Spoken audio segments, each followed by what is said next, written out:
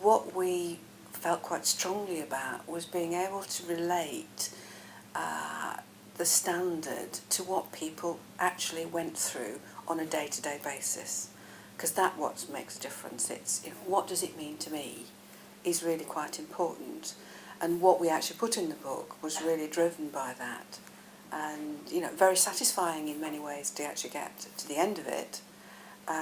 But it actually is how you balance it, how you relate it, who you're actually talking to in the way of target audience as well. I think we also had some more technical challenges really on how do you actually explain some of the updates in the new edition. So we did have many conversations on how do we best explain this in ways that people really understand it, because we've been discussing it in committee meetings for quite a long time. We understand it, but you've always got to go back to basics and say, how are you going to understand it? How is anyone in the world going to understand this without too much jargon in it? And I think that's one of the reasons we work quite well together. Jenny always keeps me completely on track in terms of is it easy to understand. So I think that is a success really of us working together. We've been doing that for a number of years. And we both play different roles, really, and it's a teamwork that really works. Yes, we both work in service management, but we tend to cover different areas, and there's bits where we overlap, but we both feel really passionate about certain aspects. You know, my passion is for how would a customer perceive a service compared to how the service provider. So I'm more about the last bit that the customer sees, the paint on the box, about their perceptions, customer satisfaction. Are you actually able to manage and predict? Are you perhaps more about the control? Oh, certainly more about more of the engine history, room. the engine room, but very much about the alignment with it all. So we don't put anything into the books. Oh, you can't have that. That doesn't align with the language we use in it all. And I think that's really important. We both have those different perspectives. We do have other conversations. So you would, Jenny would always look at the information security aspect because of experience as well.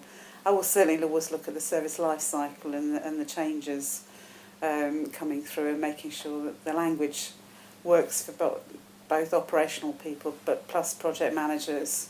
And I think that's what does it mean for me. That was really important for us both because it brought both perspectives in, all of the perspectives really of people working in service management. I think one of the things, probably more by chance than anything else, but the cover is actually a spider's web, and in retrospect I think it's actually quite appropriate because the spider's web strength is as a whole. You know, each individual is quite strong, but having it all knitted together, and that's what service management is. One bit of service management in isolation doesn't work. It's actually having the whole lot working well together that makes a difference. So as I said, it's probably just an accident that it was a nice cover, but I think it is quite an apt one.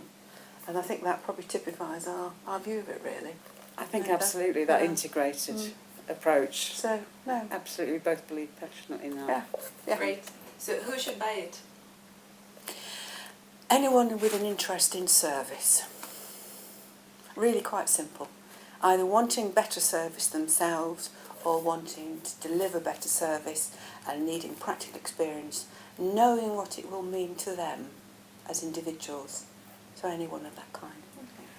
I think I'd probably expand on that as well, though. So it's really anybody working in the operational space. It's anybody working on new or change services. It's project managers working on new and change service because it's really good introduction overall to service management.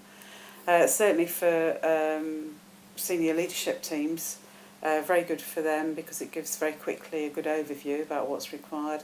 But I think there's the whole of the assessment and auditing community as well to really understand what does it really mean. So I think to me that's about the message we're trying to get across to all of those stakeholders.